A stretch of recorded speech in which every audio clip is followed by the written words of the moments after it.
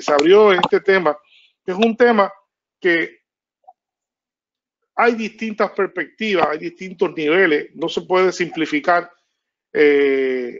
Hay distintos racismos, distintos países, los procesos de esclavización fueron diferentes, los procesos de interacción entre blanco y negro, los procesos de mezcla también han sido distintos.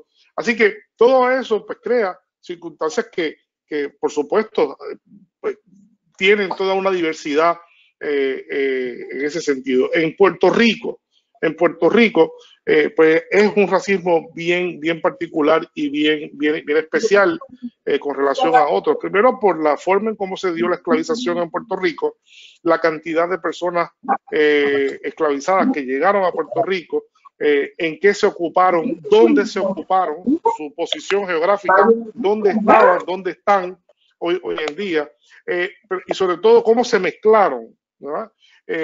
Y surge entonces que en Puerto Rico uno puede decir que, a gran diferencia de Estados Unidos, todo el mundo en Estados Unidos que tenga algún tipo de pigmentación o que tenga algún tipo de constatada de sangre africana, pues se siente que es negro, punto, ¿verdad? Un tipo como, para hacer una alusión al deporte, como aquí está acá, Stephen Curry, por ejemplo, que es un tipo blanco, de ojos claros, pero de pelo encrispado, obviamente. Es un tipo que obviamente es negro y se va a identificar como negro, y en Estados Unidos lo van a hacer ver como negro. Sin embargo, en el contexto puertorriqueño, por distinguir una cosa, pues obviamente en Puerto Rico es crucial. La discriminación surge proporcionalmente a la oscuridad de la pigmentación de la piel. Está muy asociada en eso, ¿no? Entonces eso lleva en gran medida a que a distintas cosas, a que muchas personas también por distintas formas en Puerto Rico es un tema que no le gusta a la gente hablarlo. Yo todavía no sé por qué bien. Es un tema incómodo, es un tema que se rehuye, es un tema que cuando tú le dices a alguien en Estados Unidos ser racista, está claro. El que es racista está claro. Yo soy racista y lo practica. En Puerto Rico, ser racista, nadie admite públicamente que es racista, porque es una cosa terrible. Tú le dices a alguien, ¿tú eres racista? No, yo no. Mi abuela era negra o mi tío era negro, ¿verdad? Y te dicen enseguida cosas como esas. Sin embargo, pues está esa realidad de cómo es que se visualiza, ¿no? Una persona realmente que es marginada en este contexto, que es muy distinto a lo que pasó hace 300 años atrás, en gran medida. Y en este momento yo veo como que pues ahora, afortunadamente, escucho los programas de radio, escucho a la gente hablando, de repente se ha puesto de moda hablar de racismo, se ha puesto de moda de que todo el mundo hable de esto, ¿no? Abro Amazon y Amazon tiene un cintillo felicitando a la comunidad afroamericana, ¿verdad? Y grandes compañías de Estados Unidos están todas en sintonía ahora con este tema de la discriminación racial y lo que fue el maltrato de racismo.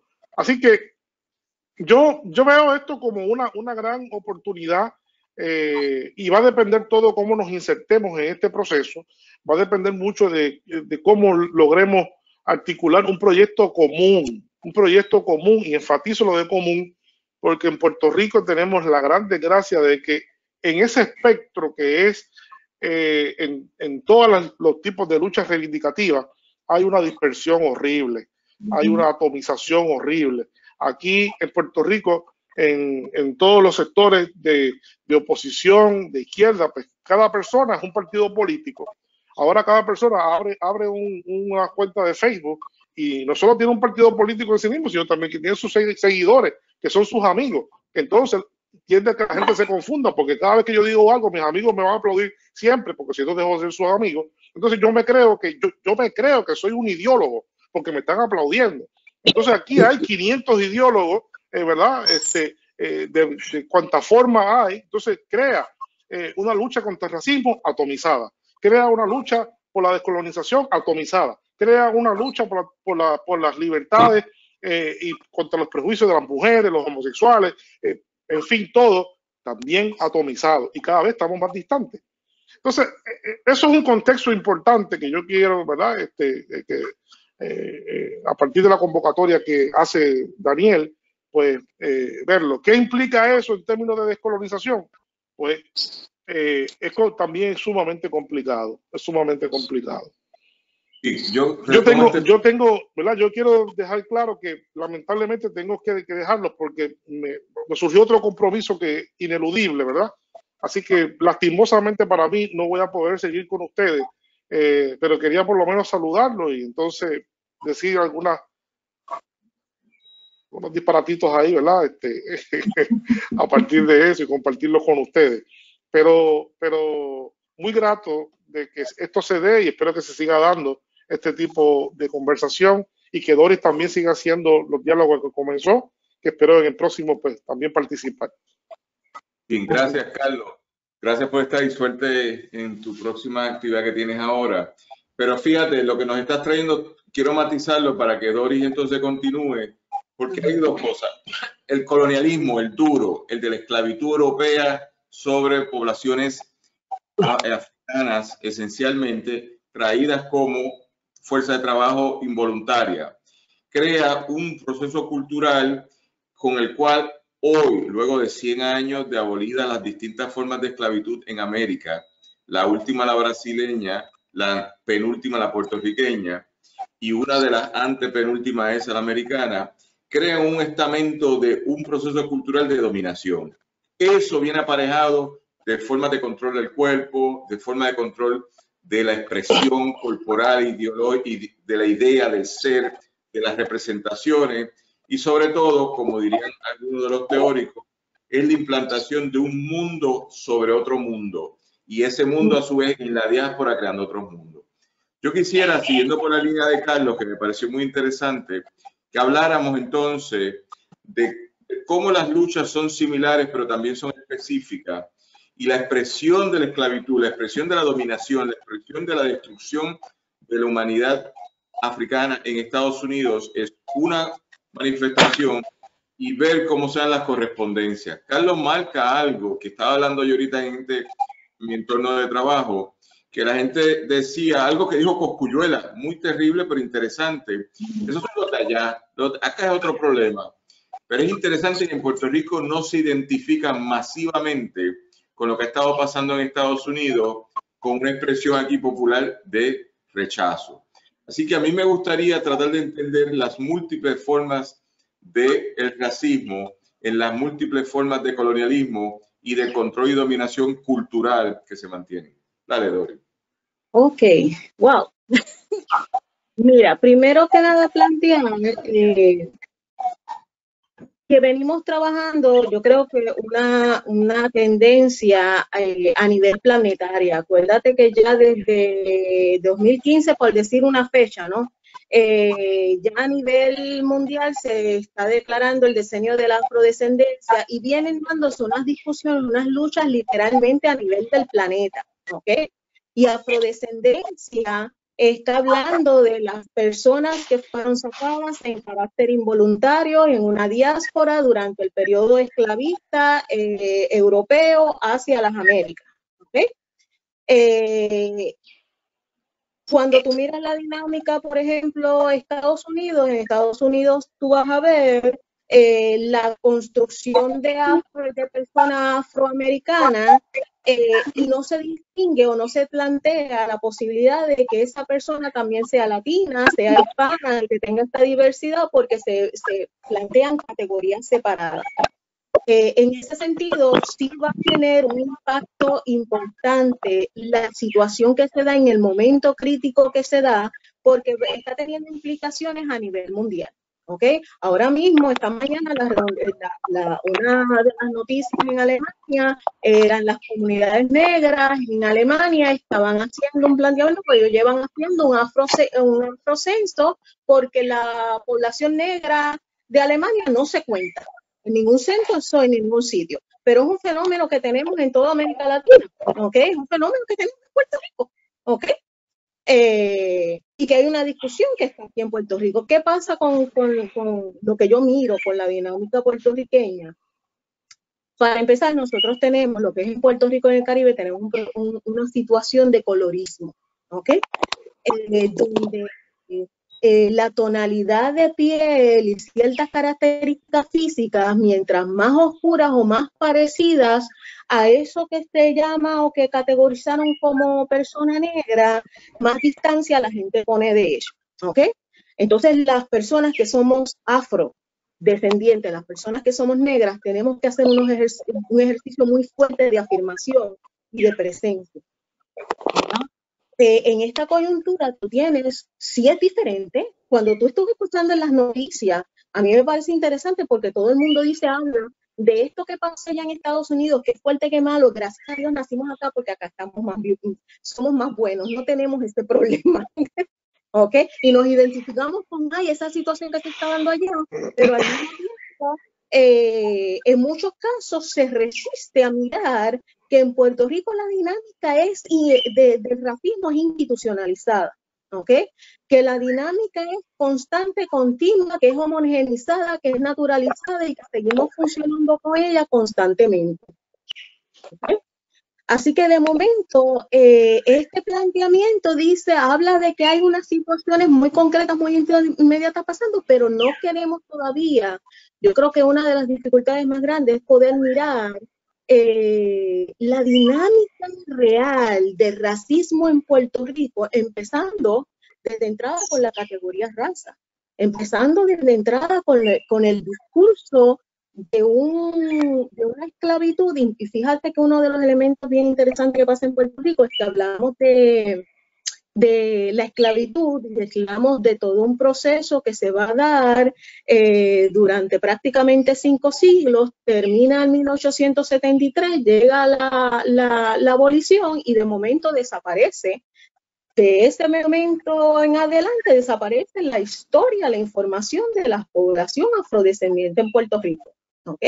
Y de momento en el siglo XX como que esto se acabó y aquí no está pasando nada, ¿ok? Y no solamente no está pasando nada, cuando tú le preguntas a la gente, y entonces, ¿qué pasó con toda esa gente que estaba esclavizada? La gente dice, pues se montaron en barcos y se fueron para África otra vez, ¿ok? Entonces no hay una mirada crítica, profundizada, decolonizada de lo que es el proceso de ser persona y hacer persona negra, ¿ok? Y en ese sentido yo por lo menos quiero mirarlo en términos de que hablamos muchas veces del surgimiento y del desarrollo de la civilización occidental, y hablamos incluso en las escuelas, en todas partes del desarrollo, hablamos de los griegos, hablamos de todo el discurso europeo. Oye, no miramos toda la herencia que nosotros podemos tener, no solamente de las culturas egipcias, de las culturas nubias, de las culturas persas, de las culturas godones que están todavía, que la vemos, que la sentimos, que está funcionando aquí. Y que es una fuerza de conocimiento, de cultura, de tradición que está presente, que la manejamos, que en Puerto Rico es la afrodescendencia, la afrontieranía está tan sólida y tan presente constantemente, porque como dijo Cao, aquí todos somos negros. Aquí puede haber una gente que diga que se sienta pseudo blanca, pero en términos de presencia, nosotros somos afrodescendientes, como es la Antillas completa, ¿no? Me parece que abres una conversación para escuchar ahora a Cao, que es muy interesante y vanando, porque por un lado, cuando habló Carlos Severino ahorita, mi construcción racial nunca ha dejado de ser en función del otro dominante versus el otro no dominante. El poder colonial siempre me ha definido racialmente en el Caribe y en particular a Puerto Rico. Por lo tanto, los españoles crearon una categoría de raza basada en el discurso del siglo XVI de la exclusión de unos gente del continente africano versus unos europeos que fueran los que fueran. Y eso se reproduce, crea un estamento cultural en las clases sociales en Puerto Rico, que es la de la década del 30, con los ideólogos literarios que empiezan a articular que nosotros éramos una gran familia, etcétera, del cual Pales Mato es un rompimiento. Pero por otro lado, el doble colonialismo en la historia de nosotros nos vuelve a definir como negros, donde en Puerto Rico la gente mira las relaciones de pigmentación como si fueran yo soy claro y soy blanco y tú eres negro porque eres negro pigmentado, pero cuando entro en Estados Unidos todos somos negros, independientemente que seas claro de piel o más oscuro de piel, porque hay un doble proceso de colonización sobre ese cuerpo, sobre la construcción de lo racial cuando estamos en la última legado del colonialismo que es Estados Unidos. Entonces, lo otro es cómo se construye en Puerto Rico. Me olvido un momento de Estados Unidos, porque eso lo decía mucha gente aquí. Tan pronto llego al JFK, al aeropuerto, y soy de ojos azules puertorriqueño y hablo, me tratas como negro. Que es un poco la historia de Stephen Curry del equipo de baloncesto de California. Pero por otro lado, cómo en Puerto Rico la gente utiliza estas pigmentaciones para crear otras formas de exclusión o de inclusión. Así que traemos a Cabo ahora para que nos hable, y Cabo hay un detalle que debería también contarnos, que él fue parte de un estudio único en Puerto Rico, histórico, de la memoria histórica, en la década del 90, creo que fue esto, a principios de la década del 2000, de tratar de recrear una memoria histórica a partir de las relaciones raciales en el país, de ser negro y cómo la memoria histórica se hizo. Porque lo que estabas diciendo que me gustó, Dori, es cómo la memoria histórica nos va definiendo, pero también la vamos editando. Y vamos editando por algo que uno le pregunta. Todos nosotros le hemos dado clases a gente evidentemente afrodescendiente, y tú le preguntas, ¿de dónde son tus ancestros? Y te dicen de Galicia. Me parece novel, ¿verdad? Pero nadie dice del Congo, nadie dice de Senegal, de la calle 4 de Luanda, en Angola. Nadie dice eso. Cao, dale. Sí, saludo nuevamente. A mí me pareció bien importante lo que dijo Carlos, ese proceso de esa atomización, ¿verdad? Que existe, pero es que en una colonia que tiene una experiencia de dominación de dos imperios y que nunca ha disfrutado ni siquiera una semanita de libertad, se acumulan tantas y tantas cosas que hay lo que ustedes han llamado el miedo a enfrentarse a esa realidad. Por ejemplo, a mí me llamaba la atención cuando venimos a hablar de ese proceso de racialización, ¿verdad? De la piel. Y le podemos añadir el pelo, pero yo tengo un maestro de educación física que decía, y las nalgas. Mira, ese que va ahí, eso, prieto, tiene las nalgas trepadas. Entonces, esa visión fenotípica es importante porque el proceso de racialización no es igual allá al otro lado del charco que en Santo Domingo, que en Puerto Rico, ¿verdad? Y eso nos lleva a datos bien importantes. A mí me gustaría conocer, a veces se lo he dicho a Daniel, este proceso más a fondo dominicano, porque yo no lo puedo entender, pero y en las ocasiones que he ido a visitar, eso es difícil de entender. Es dificilísimo, porque entonces lo que ellos condenan acá, pues se lo aplican al haitiano allá, a niveles brutales en ocasiones. ¿Ves? Entonces, cuando uno va recogiendo esas experiencias, va a lo que decía la doctora, que es importantísimo. O sea, hay que particularizar los racismos. Hay un racismo, pero se manifiesta en los... ¿Ves? Porque viene de la misma raíz, de la raíz de la dominación, del proceso de apropiación de la riqueza del continente africano. Y después aquí, pues los españoles, por la apropiación del oro en el Caribe, en Puerto Rico. Entonces, va aparejado del poder y va apoderado de esos sectores dominantes. Entonces, ellos crean un mundo, ¿verdad?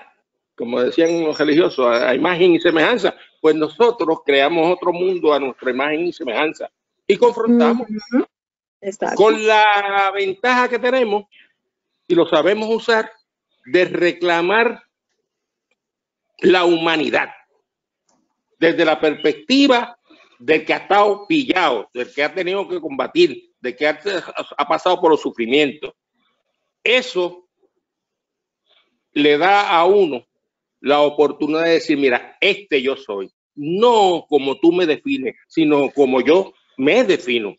Y ahí entra el proceso de toma y daca. Pero entonces, ahí viene lo peligroso, que es lo que decía Federico, la distorsión, la fragmentación, el que cada cual tiene que tener una visión particular. Pues eso se da, pero eso ahora mismo se constituye no en un problema si lo sabemos manejar en una oportunidad, como ustedes dijeron. ¿Por qué? Porque todo el mundo ahora habla de eso y todo el mundo saca experiencia. Mira, yo le iba a enviar a Daniel, que no supe cómo hacerlo, pero ahora que yo con la hija mía, pues yo de estas cosas soy IPEAR, un Technological IPEAR. Unos diálogos que estaban dando en Facebook, donde unos jóvenes decían allí que en el proceso de iniciación en la escuela superior de la universidad hacían unas desfiles donde lo compraron como si fuera un mercado de negros, que estamos acostumbrados a verlo, ¿verdad? Y eso es espeluznante. Por eso aquí en Puerto Rico, eso no allá en Estados Unidos, eso aquí. Hoy apareció en el periódico una señora que se mudó para una comunidad y la señora se pasó el trabajo de cortar cartulina, dibujar un negrito y ponerle foto. O sea, eso aquí. En Canóvano. Eso no es allá, eso es aquí. Entonces, ¿qué es lo que es distinto? Lo distinto es, se puede plantear que es la institucionalización, que es la sistematización, que es la estructuración. Pero esa estructuración no existe aquí. Existe. Lo que pasa es que todavía no te han puesto la bota de guardia en el cuello y no te dejan respirar. Sí, pero Daniel y yo hemos hablado de que de 2009 para hasta como el 2000 y pico, yo que no soy estudioso, casi todos los últimos crímenes eran de negros por la policía. En menos frecuencia, porque naturalmente en Estados Unidos se la muerte de un joven negro cada 40 horas. Y eso es apabullante. Pero lo que pasa es que el racismo es el mismo, porque es la misma raíz, es la misma forma de dominación y son las mismas expectativas de dominar al otro.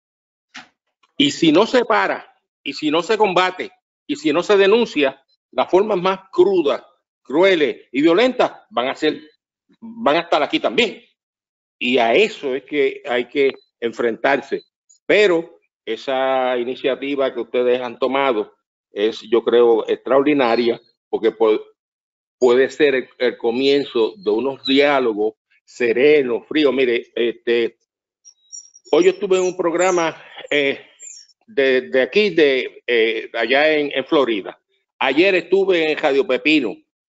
Y hay que cuidarse de hacer ese planteamiento, de llamar al otro, al que no es como tú, para que no piense de que ahora vas a tener más candela para darme a mí o yo más candela para darte a ti, crear una división más abismal.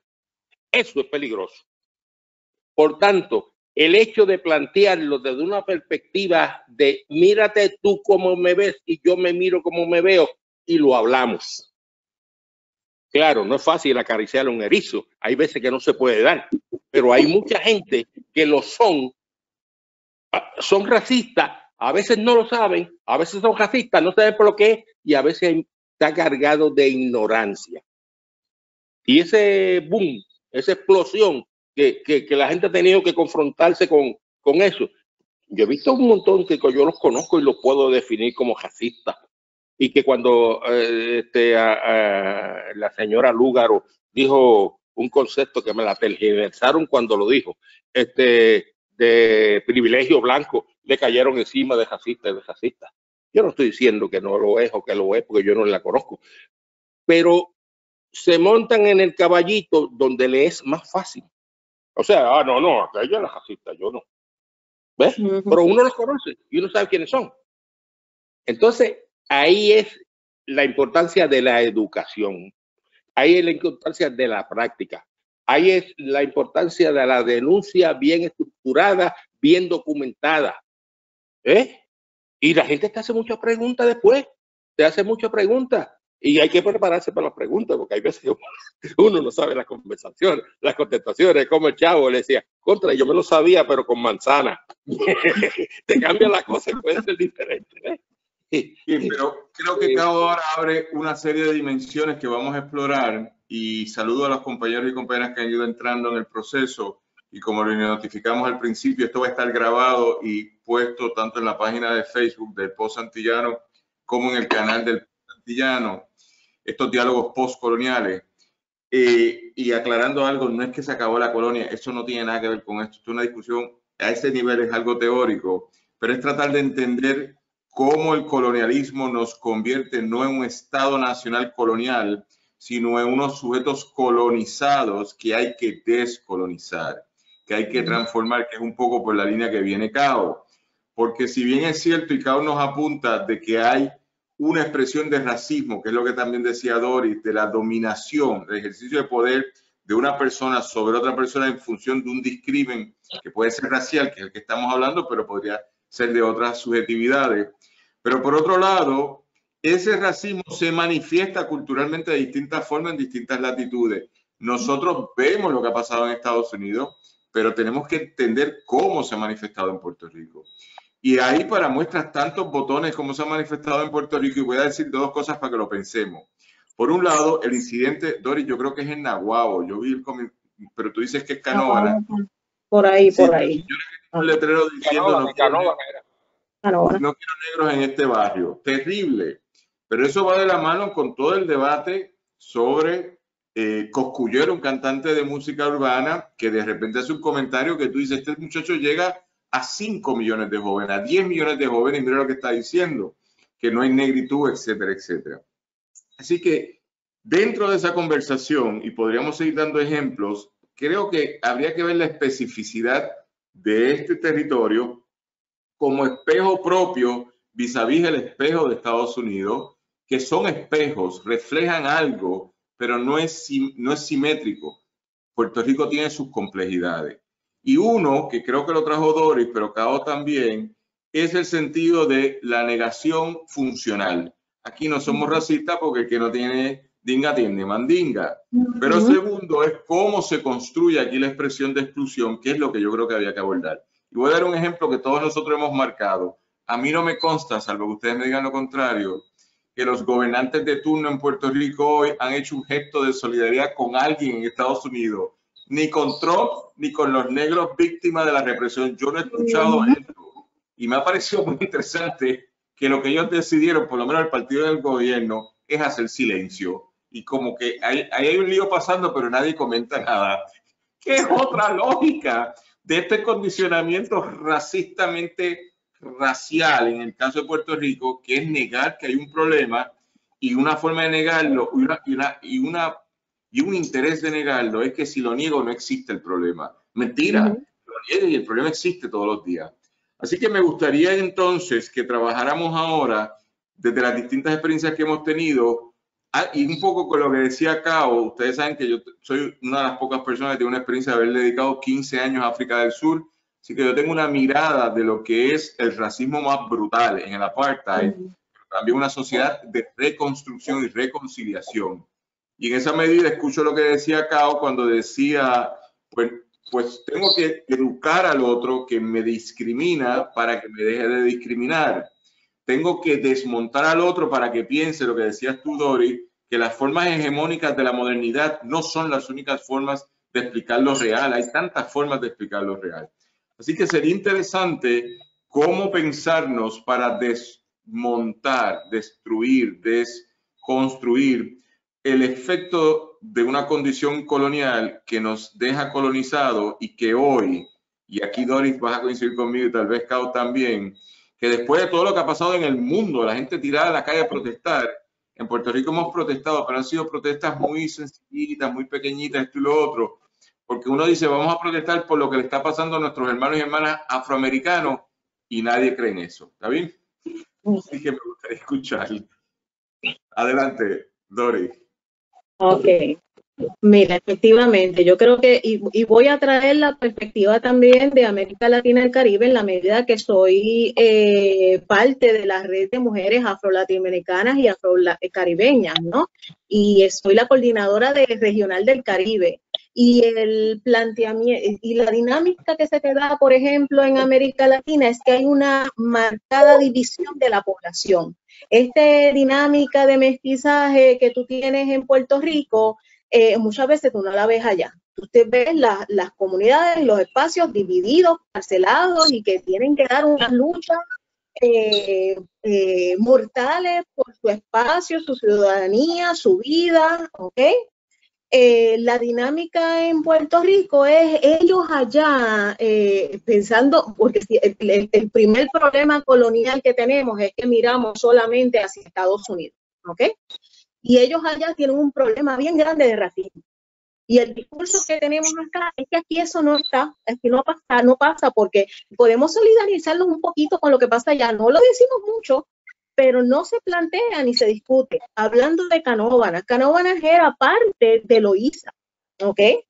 Era uno de los sectores de Loíza. Y tú lo que te encuentras en la mayoría de las bases en Canóvanas es que la población ni se identifica ni se reconoce como negra, ¿ok? Ellos son indios. Los negros están en Loíza, ¿ok? Mira cómo se da la dinámica, esta dinámica es una realidad en Puerto Rico donde la categoría o plantearse negro se asocia exclusivamente con esclavitud y con población degradada, ¿ok? Y no se plantea, ni se quiere mirar tan siquiera lo que es, o no se quiere, pero planteamos, ¿no? Reafirmamos el proceso de retribución. ¿Ok? Y cuando hablo de retribución estamos hablando de romper con los constructos tradicionales o que nos han vendido como que eso era lo que representaba la raza. Miren, gente, la categoría raza es una categoría que fue creada y que fue pensada desde entender que de un animal. Tú tienes raza de perros, raza de caballos, razas de gatos y toda esta cosa, ¿ok? En la medida en que usamos la categoría raza, estamos usando una categoría que hace referencia a un no humano, ¿ok? Cuando se usa mucho y ha disminuido, ¿verdad? La forma en que usamos nosotros la categoría negroide, oide significa semejante a humano. Negroide era negro semejante a humano, porque no se entendía que la población, la gente, personas negras fueran humanas. ¿Ok? Y cómo tenemos que ir rompiendo y reafirmando número uno, nuestro ser humano, segundo, nuestro quehacer humano, para que se nos respete. Y una de las cosas que pasó especialmente en el siglo XX fue el proceso de desaparición, de ocultamiento, de esconder las características fenotípicas que te definían como persona negra. De momento se abolió la esclavitud allá en el 73 y llegamos al siglo XX y tú lo que te encuentras en muchas, y todavía hoy te encuentras en muchas familias, procesos encaminados a esconder, desaparecer. Las mujeres se tenían que hacer alisados. Mira, yo tengo una compañera, la Verdejo, tiene una peinilla caliente y que tiene más de 100 años. ¿Ok? Estamos hablando de que había que ocultar el rizo del cabello, había que desaparecer las narices anchas, y todavía lo estamos viendo en la construcción que vemos por aquí en lo cotidiano. ¿Cuánta gente no anda pintándose de rubia porque no quiere verse de otro, no quiere cambiarse los tonos, o parece que se ponen máscaras cuando se maquillan para no ver su negritud o no expresar su negritud? ¿Ok?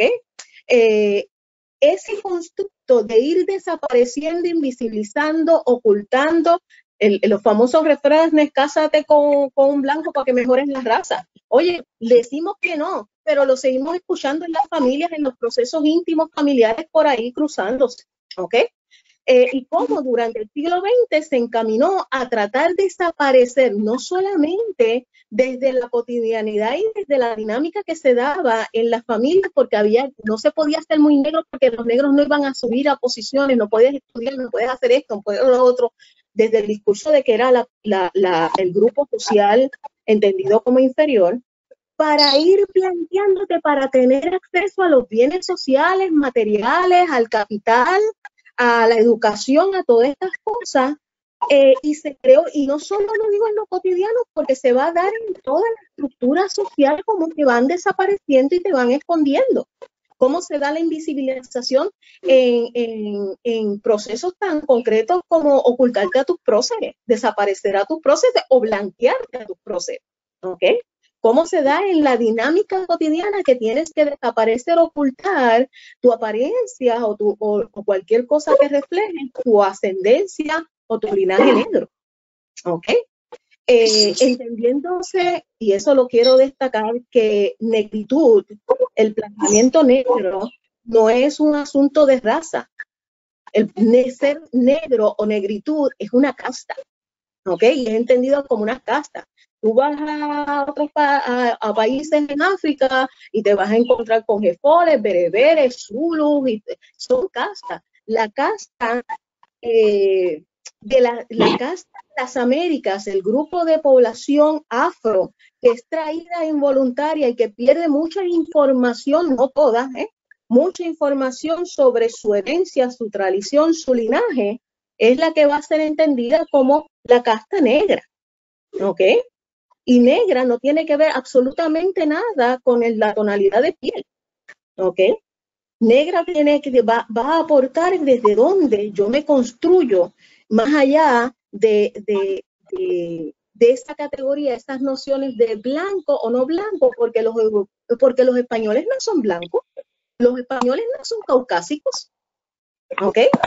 Un mestizaje también que vas a tener con una herencia árabe bien marcada, ¿ok? Así que de momento es cómo nos vamos reconstruyendo y nos vamos remirando, reafirmando lo que no se puede ocultar, lo que no queremos que se tape y levantando unas formas de conciencia y para empezar, orgullo, para empezar, presencia y reconstruir una historia. Yo creo que esa está en la memoria que tenemos de decirlo, pero reconstruir una historia donde podamos tener conciencia no del discurso de los europeos y de los que explicaron los logros de la historia a través de sus procesos de conquista, sino desde los otros. Y los otros no son los que perdieron, los otros somos los que literalmente tenemos que reconstruir porque nos la borraron de nuestra historia. ¿Ok?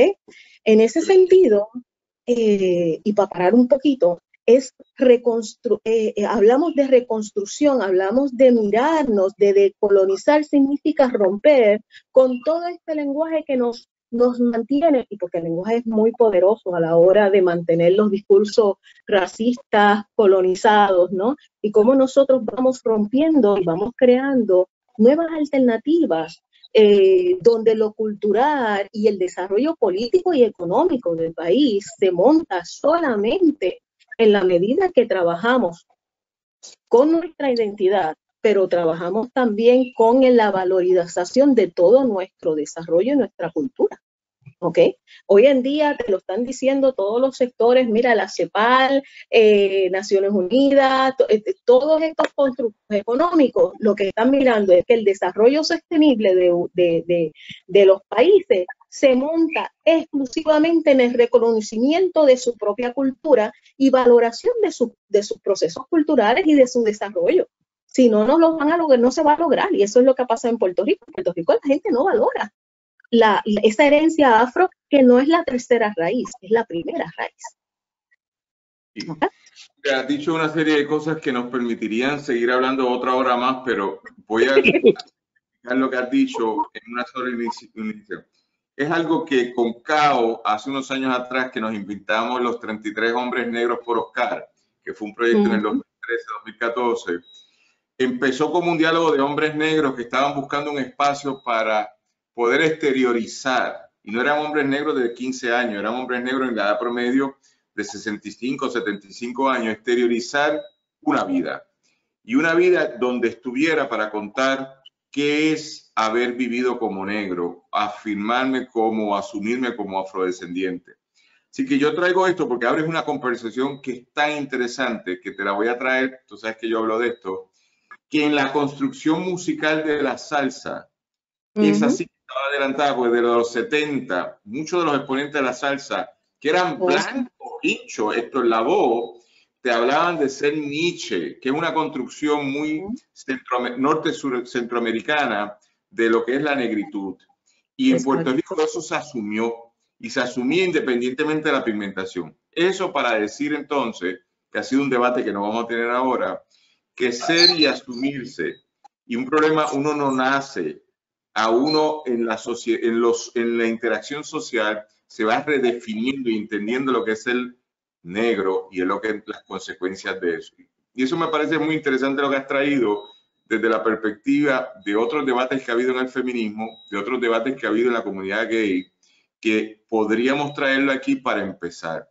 Decía Severino y decía Cao que, tú sabes, han pasado tantas cosas que los negros y las negras de Puerto Rico, tú sabes, estaba todo el mundo ahí, pero en los últimos 10 años, 15 años, este país ha adelantado demasiado este debate. Es un debate del siglo XXI en Puerto Rico que ha adelantado muchísimo, pero qué chévere, pero precede lo que pasó en el siglo XIX y lo que pasó en el siglo XX, que ha sido un momento importante.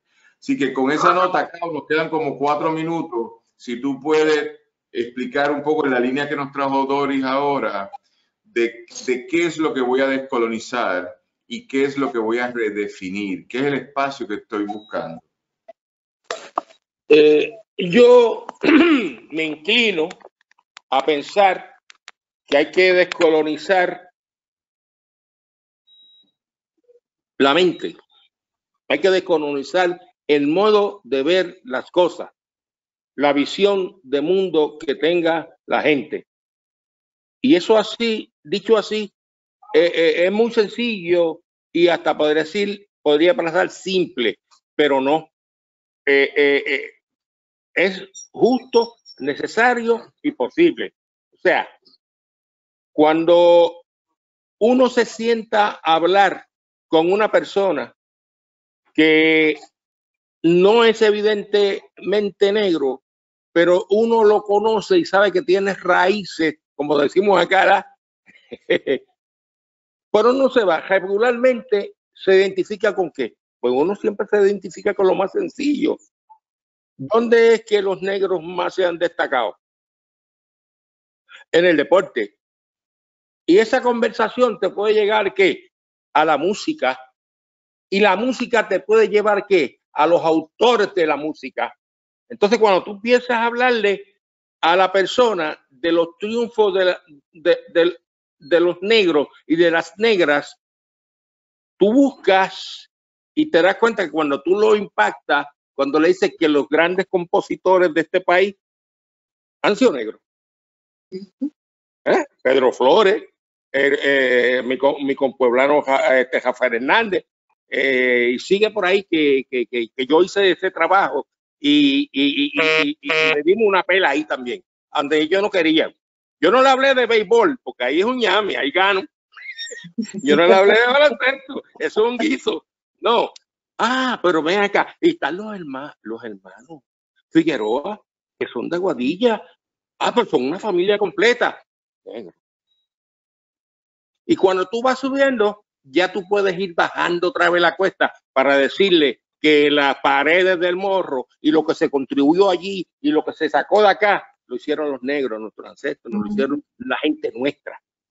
Pues producimos también en la economía. Entonces, ¿por qué yo tengo que ser mayoritario en las cárceles si soy menos? Y soy mayoritario en el desempleo, yo siendo menos, porque aquí no, hasta los otros días había 8%, ahora subió después del censo y la campaña que hicieron los compañeros de ILE.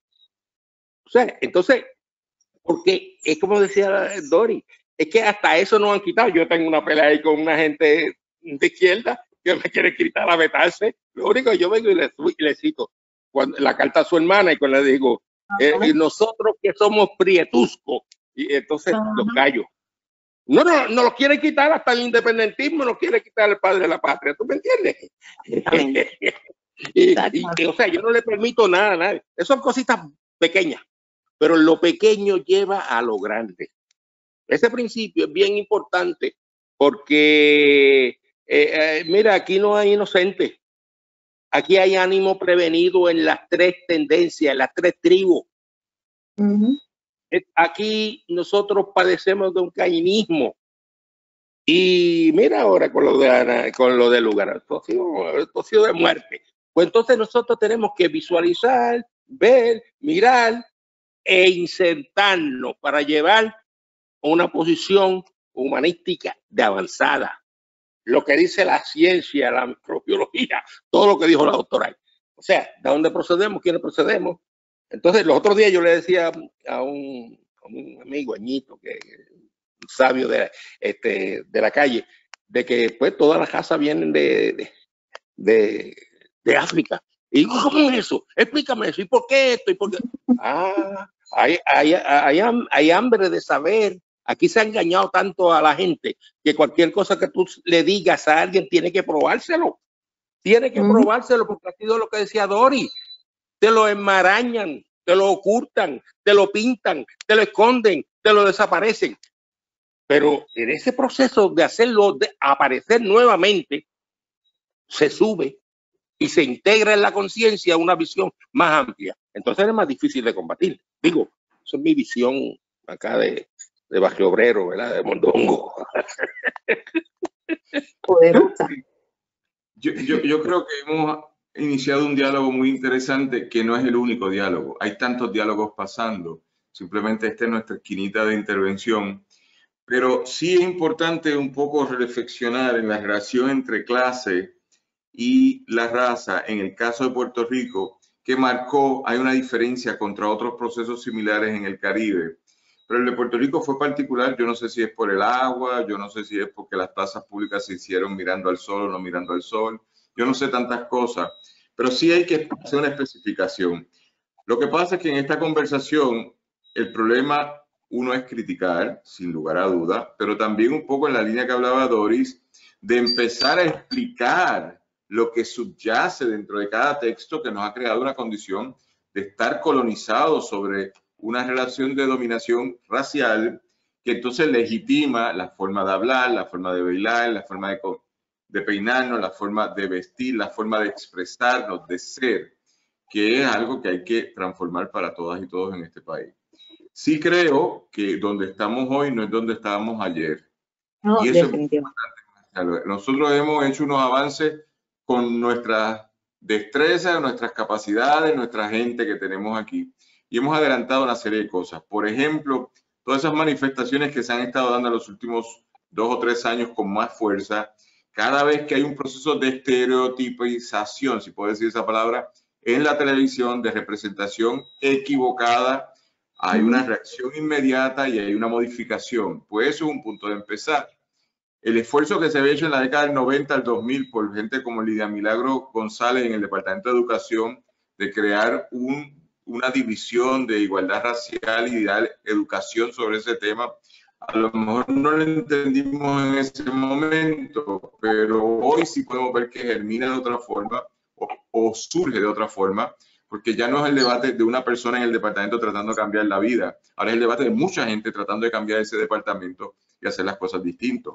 O finalmente el hecho de que nunca a ese nivel se realizara por la Universidad de Puerto Rico de auspiciada una conferencia sobre la afrodescendencia en Puerto Rico, y no solo se ha realizado uno, se han realizado 2, y parto de la premisa que vendrá una tercera. Para el 2021. Pero mira, Daniel, pero sumamente importante es el crear la organización política con P grande. No estoy hablando de partido ni nada. Política, trazar la política del negro, universal. Tú perteneces aquí desde la perspectiva política porque eres negro, porque te asumes, porque te ves como tal. Esa política no la hemos tenido y ese es el trabajo grande a hacer. Pero vamos con calma a nuestro ritmo y yo creo que a lo mejor mañana los ríos confluirán porque hemos adelantado unas cosas. Yo tengo que parar ahora. Este ha sido nuestro primer diálogo de diálogos postcoloniales de 6 que vamos a hacer en el mes de junio. Vamos a continuar el sábado que viene discutiendo algo, Cao y Doris, que han invisibilizado aquí, que es la decisión más horrible de un tribunal, Doris, que me coloniza y me recoloniza todo el tiempo, que es la Corte Suprema de Estados Unidos, que lo último que acaba de decidir es que nosotros somos un gobierno local, ya una parcela ahí que tiene un administrador y que reparte boletitos para comprar comida. Y es muy interesante porque es una forma de mantenerme colonizado y subordinado como una persona incapaz. Si a eso le pongo una lectura desde las relaciones raciales, te podrás imaginar todo lo que hay que romper en este país. En nombre de Santillano y de las entidades que nos constituyen en los pequeños procesos que hacemos, le quisiéramos dar las gracias a la compañera Doris Quiñones, al compañero Carlos Severino y al compañero Cao Delgado Lasalle, el negro más parejero de Puerto Rico, por haber, entre otros parejeros, por haber estado hoy en este primer diálogo de conversación que vamos a tener en el mes de junio. Seguimos el sábado a las 4 de la tarde en esta misma frecuencia para hablar ahora del caso de Aurelius y Utier contra la Junta de Supervisión Fiscal. Muchas gracias a todos por estar, gracias por las personas que estuvieron presentes y ahora esto se pondrá en las redes sociales para que la gente lo pueda seguir viendo. Muchas gracias a todos y muchas bendiciones. Gracias.